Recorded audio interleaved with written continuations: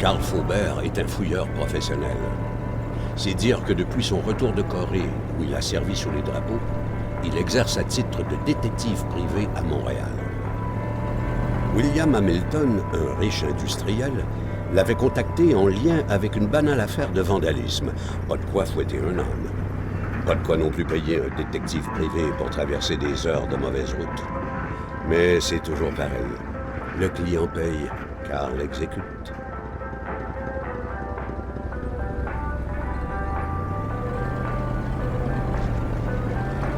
Ils avaient rendez-vous au magasin général. Ça appartenait à son client. En fait, tout le village appartenait à William Hamilton.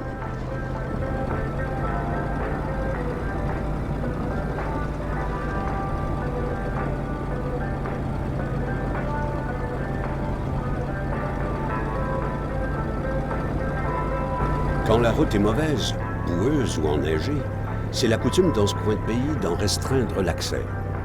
C'était aussi la coutume de ne pas trop y prendre garde et de passer quand même.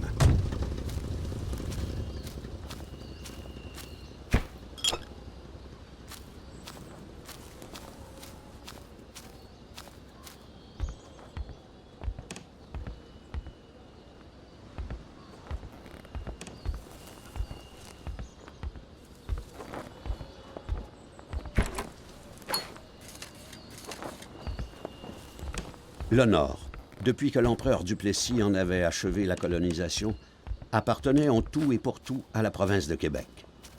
Son drapeau bleu y flottait, un peu pour narguer le drapeau rouge du Canada qui n'y avait pas droit de citer, un peu pour montrer les dents aux gens du Labrador, qui avaient volé au Québec un grand morceau de terre quelques années plus tôt.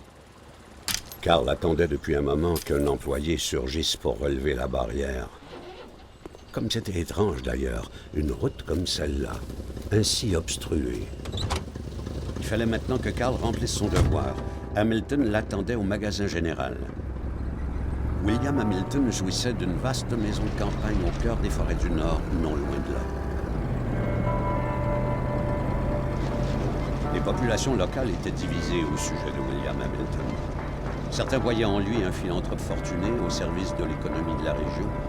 D'autres le détestaient jusqu'à manigancer contre lui, ce vieil Anglais riche, prêt à tout pour gonfler son industrie. Dernièrement, William Hamilton s'était porté acquéreur de divers commerces locaux et avait mis en branle la réouverture d'une mine, éveillant hurlements de colère et menaces dont la population crie. Pour ce qu'on savait, Carl, plusieurs personnes avaient de grands motifs de s'en prendre à William Hamilton. Jusqu'ici, on n'avait attaqué que sa maison. Mais bientôt, pensait Carl, on s'en prendrait aux riches industriels.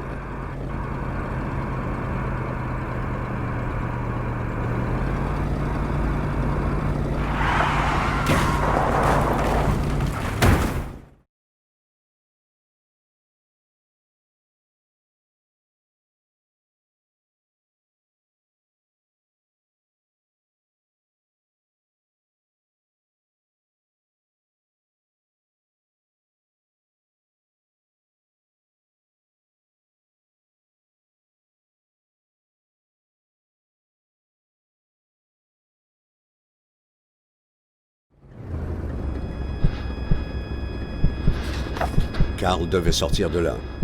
Le froid et la douleur appelaient des soins de toute urgence.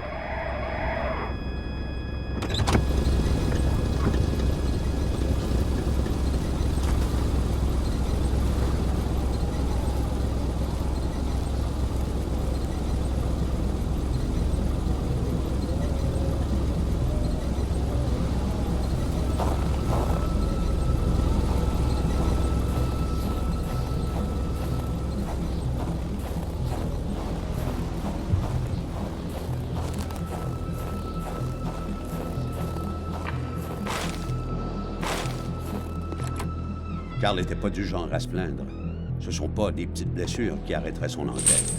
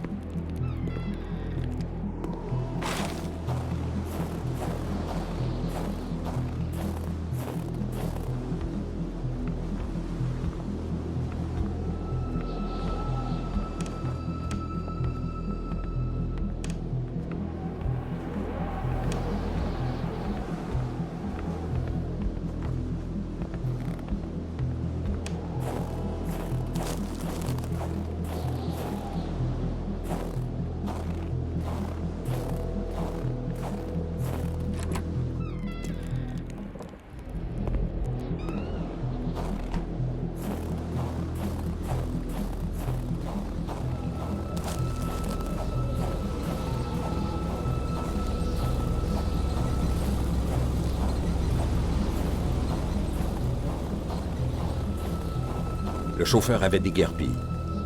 Il fallait tout de même fouiller, ne rien laisser au hasard. Carl avait besoin d'assistance. C'était une petite boîte verrouillée sur laquelle se lisait, gravé finement, WH. Carl songea à la prendre. Il ne fallait rien laisser au hasard.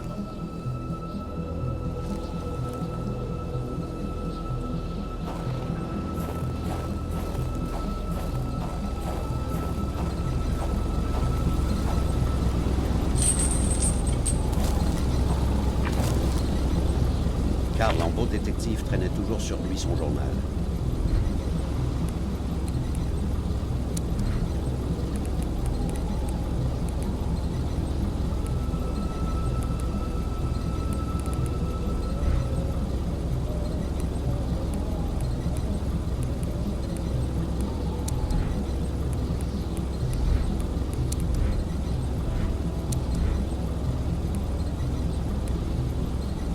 C'est là qu'il notait les pensées et les pistes qui ponctuaient ses enquêtes.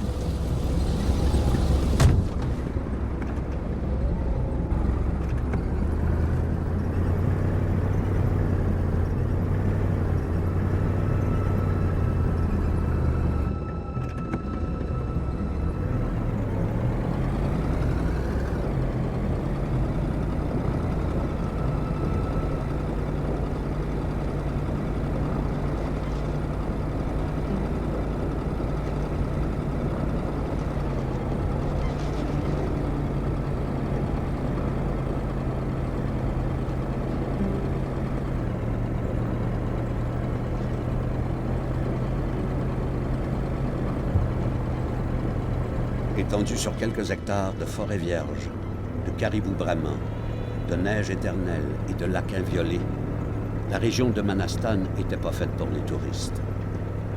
Elle abritait depuis des millénaires, disait-on, des populations cries et depuis l'ère industrielle, des mines de métaux.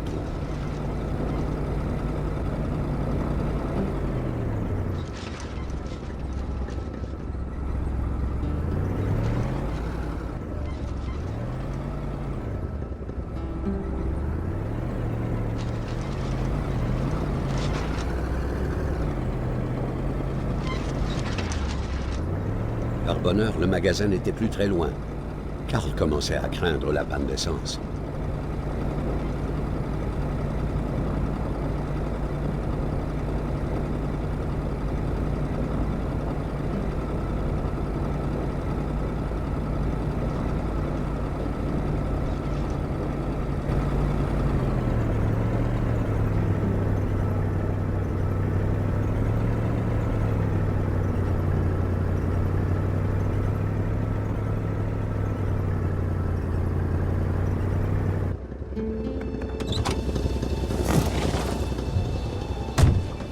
Les pompes ne donnent pas si facilement leur divin nectar.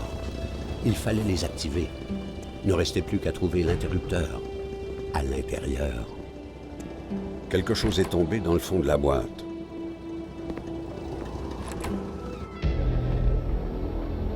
Carl n'eut aucun mal à reconnaître son employeur. Il avait été assassiné. Il ne fallait pas être détective pour le constater. Mais il fallait être détective pour noter que le tueur se tenait